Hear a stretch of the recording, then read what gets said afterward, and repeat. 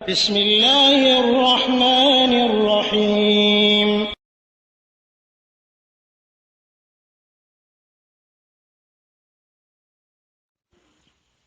আলহামদুলিল্লাহ ওয়াসসালাতু ওয়াসসালামু আলা রাসূলিল্লাহ। ডাক্তার মামুন ভাই আমাদের একটি প্রশ্নে লিখেছেন যে তার ওয়াইফ একটি শর্ট মেসেজ তার মেসেঞ্জারে রিসিভ করেছেন, যে তিনি বলেন যে I know this is not correct, আমি জানি যে এটা সঠিক নয়, but I need definite opinion from you so everybody can follow, so our iman will be strong. তিনি জানতে চেয়েছেন যে আমার ওয়াইফ তার মোবাইলে একটি মেসেজ পেয়েছেন। সেই মেসেজটা হলো যে লা ইলাহা ইল্লা আনতা সুবহানাকা ইন্নী কুনতু মিনাজ জালিমিন। এই দোয়াটা যদি 20 জনকে সেন্ড করা হয় তাহলে ইনশাআল্লাহ আজ রাতেই কোনো গুড নিউজ পাবে, ভালো সংবাদ পাবে। আর যদি অ্যাভয়েড করা হয় তাহলে আগামী 10 বছর অনেক কষ্টে থাকবে।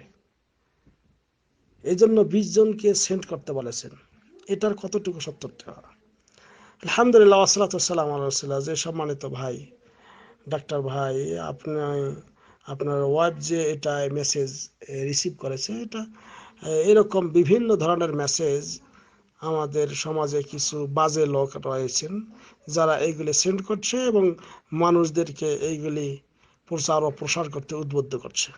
তো এইগুলি সম্পূর্ণ ভ্রান্ত এবং বাতিল, এইগুলির কোনো অথেন্টিকই নেই, কোনো লিগেল কথা নেই। আর নবী করিম সাল্লাল্লাহু আলাইহি ওয়াসাল্লামের জামানায় এরকম 20 জনকে 1000 জনকে মেসেজ সেন্ড করার প্রসেসেই ছিল না, কোনো পদ্ধতিই ছিল না। আল্লাহ নবী সাল্লাল্লাহু আলাইহি ওয়াসাল্লামের জামানায় কোনো মোবাইলই ছিল না। তাহলে এটা কিভাবে কোনো হাদিস হতে পারে? কোনো হাদিস তো নয়ই, বরং কোনো জাল হাদিসও নয়, জয়ীফ হাদিসও নয়, এগুলো বাজে কথা। তবে এই কথাটা শুদ্ধ। কথাটা কি? যে লা ইলাহা ইল্লা আনতা সুবহানাকা ইন্নী কুনতু মিনাজ জালিমিন।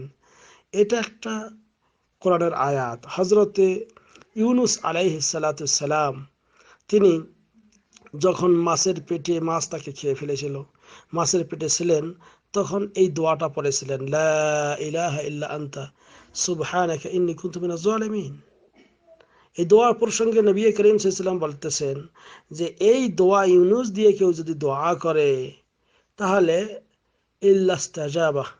ইল্লাস্তাজাবাহুল্লাহ, তাহলে অবশ্যই আল্লাহ রাব্বুল আলামিন তারা ডাকে সাড়া দেবেন। আল্লাহ রাব্বুল আলামিনও এমনকি বলতেছেন যে ফাস্তাজাবনা লাহু ওয়া নাজাইনাহু মিনাল গাম ওয়া কাযালিকা নুনজিল মুমিনিন। যে আমি ইউনূসের ডাকে সাড়া দিলাম এবং তার চিন্তা ভাবনা থেকে তাকে এই দুঃখ কষ্ট থেকে আমি মুক্তি করলাম, এবং এভাবেই মুমিনদেরকে আমি মুক্তি করে থাকি। কাজেই নবী করিম সাল্লাল্লাহু আলাইহি ওয়াসাল্লাম এই দোয়াটির ফজিলত বর্ণনা করেছেন। কাজে এই দোয়াটা কোনো নির্দিষ্ট সংখ্যা নয়, অনেকে 1 লাখ বার, 100 বার, 1.25 লাখ বার, 4 লাখ বার পড়তে হবে এমনটি নয়। যত পারেন আপনি ইচ্ছা করলে পড়েন এবং এভাবে আল্লাহর কাছে প্রার্থনা জানালে করতে পারেন। কিন্তু এটা 20 জনকে সেন্ড করলে আপনার এই সফলতা আসবে। আবার সেন্ট যদি আপনি না করেন, এটা যদি অন্য ভাইকে না দেন, তাহলে 10 বছরে অনেক কষ্ট থাকবেন। এগুলো সম্পূর্ণ ভ্রান্ত কথা, বাতিল কথা। আল্লাহর ওপর এটা হাত বাড়ানো। আল্লাহ রব্বুল আলামিন যেটা মা আনজাল আল্লাহ বিহি মিন সুলতান, আল্লাহ কোনো এই ব্যাপারে কোনো দলিল বা কোনো বাণী অবতীর্ণ করার নেই। এগুলো কথা বিশ্বাস করাও কুফরি। এই কথা বিশ্বাস করা কুফরি কেন? যে আল্লাহ রব্বুল আলামিন যেটা বলেননি সেটাকে আপনি বলছেন, এই জন্য এটা কুফরি। কাজে এইগুলো বিশ্বাস করা যাবে না এবং অন্যকে সেন্ড করা থেকেও দূরে থাকতে হবে। আশা করি ক্লিয়ার হয়েছে। হাজা আল্লাহ আলাম বিসওয়াব ওয়া সাল্লাল্লাহু আলা নবিয়িনা মুহাম্মদ।